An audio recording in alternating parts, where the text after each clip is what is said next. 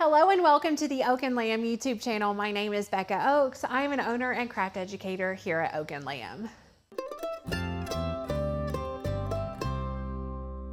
Today we're going to continue our series teaching you how to use your Cricut with your mobile device, the mobile version of Design Space. I have mentioned before, we've gotten quite a few comments that so many of you all do not have the desktop version of Design Space available to you.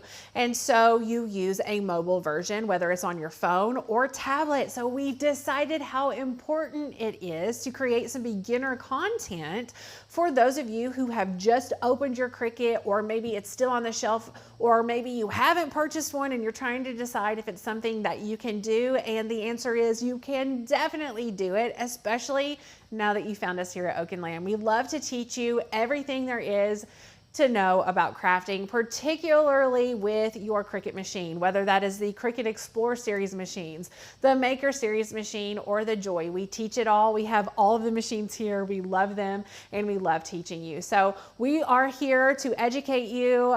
Let us know if you have any questions about Cricuting, about this particular project, by leaving a comment below. Today we're going to be making a shirt. I do have just a 100% cotton shirt here. I'm going to be using heat transfer vinyl, HTV, iron-on, whatever name you want to call it. And then I do have my Explorer series machine here. A swing away heat press. Now, you do not have to have a swing away heat press in order to make this project. We do have videos about different presses and different things that you can use. You can use a household iron. We do not necessarily recommend it, but it is doable if you don't have anything else in your craft room at the moment. We also recommend a mini easy press for this project. So if you have one of those that you've spent $40, $50 on and already have it in your craft room, it's totally suitable for this project. But my preference specifically for creating iron-on shirts is to use a press. And the reason is a press allows that heat transfer vinyl to just be even more smooth and sort of become one with the fabric. You almost can't feel the edges of the heat transfer vinyl because of all the pressure that gets put on it with that press. So it's our preference. I also have this t-shirt graphic placement guide. Again, this is not essential. It's just something that is a little bit helpful when you are placing graphics. A lot of our members, and even me for the most part, prefer just to eye it and see how it goes. But we do understand that that is troubling to some people. How far down do you put it? Is it centered? And so this fun little guide helps with that. Like I mentioned, we are using heat transfer vinyl. I will be using just a strong grip mat. This is a mat that we have that's been used and loved a lot. So it's honestly more like a standard grip mat. So grab your standard grip if you have that. I'll be using a weeding tool, just a standard hook weeding tool, and then, like I mentioned, my phone. So let's jump over onto my phone and we will download the cut file from our website, oakandlamb.com. Before I jump over, I do want to invite you, if you are not an Oak and Lamb member and you would love to join, then we have a great introductory price for you today. We are offering our monthly tiered membership, which gets the exact same benefits as our annual tier, for $9.99 for the first month. So you can use the code FUN, F-U-N, and get $10 off your first month and see how you like it here at Oak and Lamb. $10 is worth a gamble. If it's not for you, you can always cancel and there is no cancellation fee. But with that membership, you get free access to our entire library of cut files, where you also will benefit from a free commercial use license. You will also benefit from our free courses that are available to you, teaching you how to use your Cricut or your Cricut Joy. And then we have member-only content, a member-only Flock Talk, which is our podcast, access to our member-only Facebook group, which is where you will learn and grow the most. Our group of crafters over in the Flock are so welcoming and so helpful and so inspiring. So join below, click the link below and use that code. Now, let's go download our file from the website and get to crafting. Over on the website, oakandlamb.com, I am already logged in and I have navigated to the menu bar to our cut files, and I have searched our files. We're just gonna search lake because I am using a lake file. I'm gonna make a shirt for Rachel, who is loving the lake life right now. And all of our files that are lake related come up. So let's go ahead and click this one. Because I'm already logged in, it will allow me to download just by pressing download now.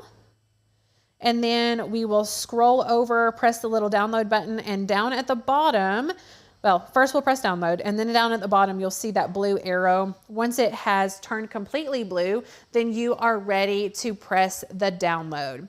Now we can press downloads, and you can see that the zip folder was downloaded. So let's go ahead and click that. It will open up in my downloads folder, which is in my files on my computer. It's a default, not my computer, my mobile device. It's default to open there. And then it is downloaded as a zip, so we need to click on it and open it. And then it's ready. Now let's go to Cricut Design Space, and we're going to open up a new canvas. So we'll replace what's on the canvas currently and upload that file that we've just downloaded. So let's go to Browse Files. And we'll type in Lake Life, which is what we just found. And the folder will come up. There are two versions of the file here, or of the file in this file. One is a PNG and one is an SVG. PNG is pixel based and the SVG is vector based. That is my preference for files when uploading. Now, you can't see the file extension here in this preview, but I know that PNGs are larger files and SVGs are smaller. So the one on the right is the SVG version. Let's go ahead and select it. And it wants us to name our file. Then we'll press save. And then we can size this. Now let's look at our shirt and see how large we'd like to make this shirt. Okay, this shirt, you just have to decide, do you want the image to be small, like a breast pocket size, or do you want it to be all the way across? I personally want this to be all the way across, but one thing that you do need to consider, while this is a 3X shirt, if you make it as big as you can, then it will wrap around the body and look really weird. So you want to stick to around 10.5 to 11 inches, even on these larger shirts. I'm going to do probably 10.5 on this one. So let's go back over into Design Space and we'll size this graphic and I'll show you what we need to do to get it ready.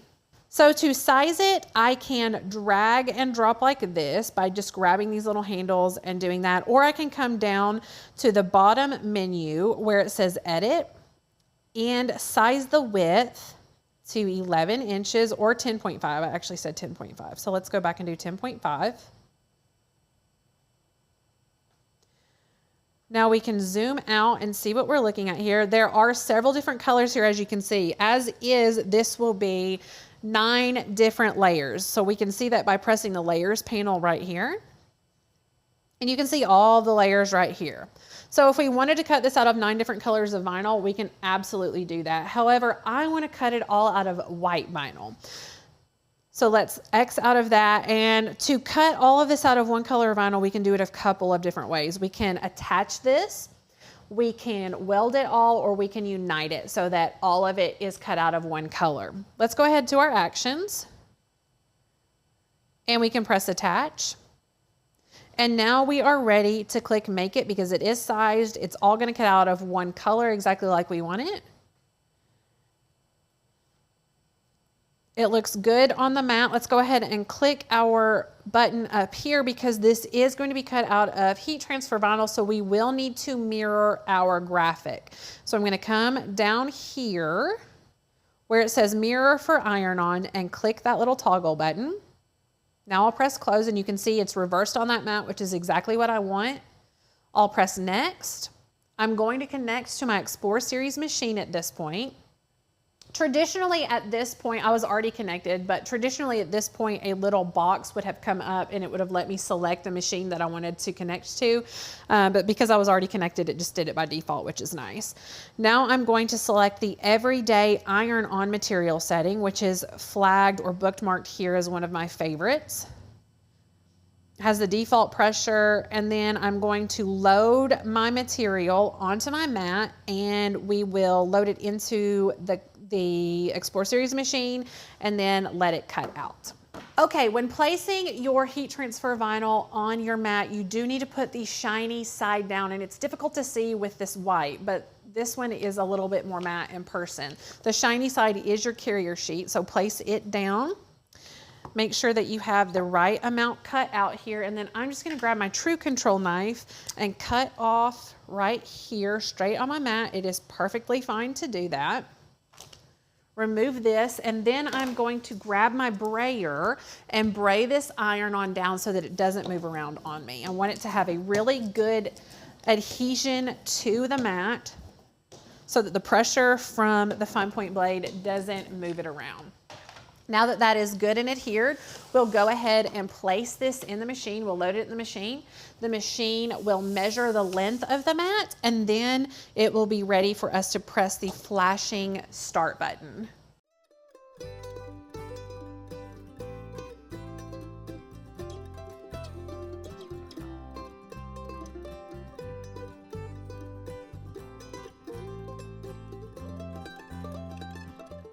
Okay, now that the cut is finished, we are ready to go ahead and weed off the excess. This is the most satisfying part of the entire process. Heat transfer vinyl is so stinking easy to weed. I recommend that's what you start with because it's a little bit more foolproof, in my opinion, than regular vinyl. However, once you master one, you can do both. So let's go ahead, weed off all of this. And my preference, you might notice that I am weeding on the mat. The reason that we do that is it acts as a third hand. Could you imagine if I didn't have the stick here helping me? It would be rolling up everywhere. I would be kind of chasing it around. And so this is a whole lot easier.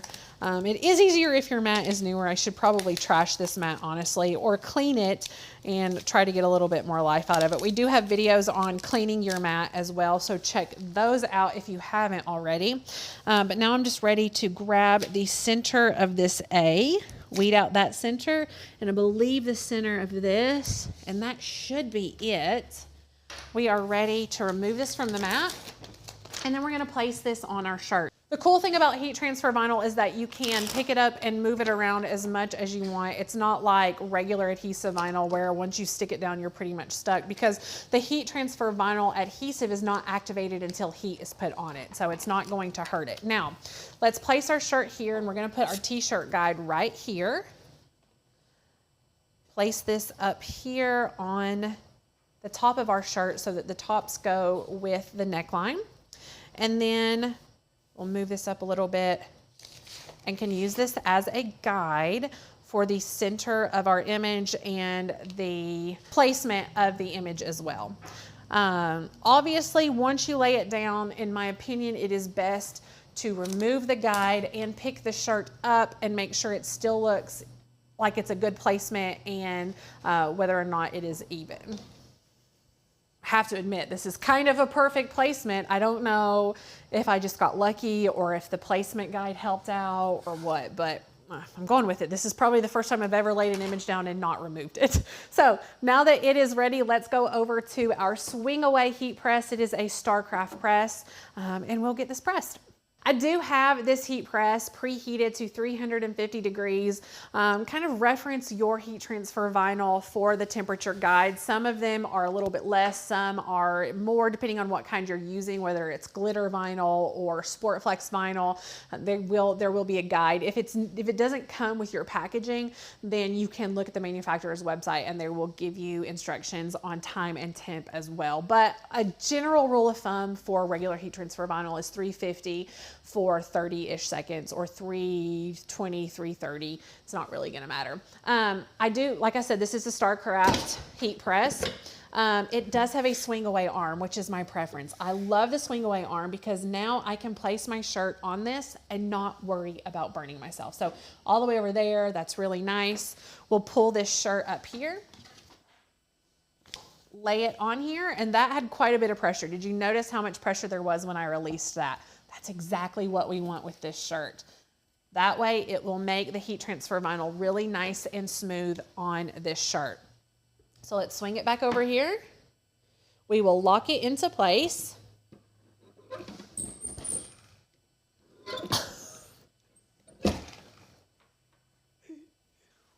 wow, that's quite a bit of pressure.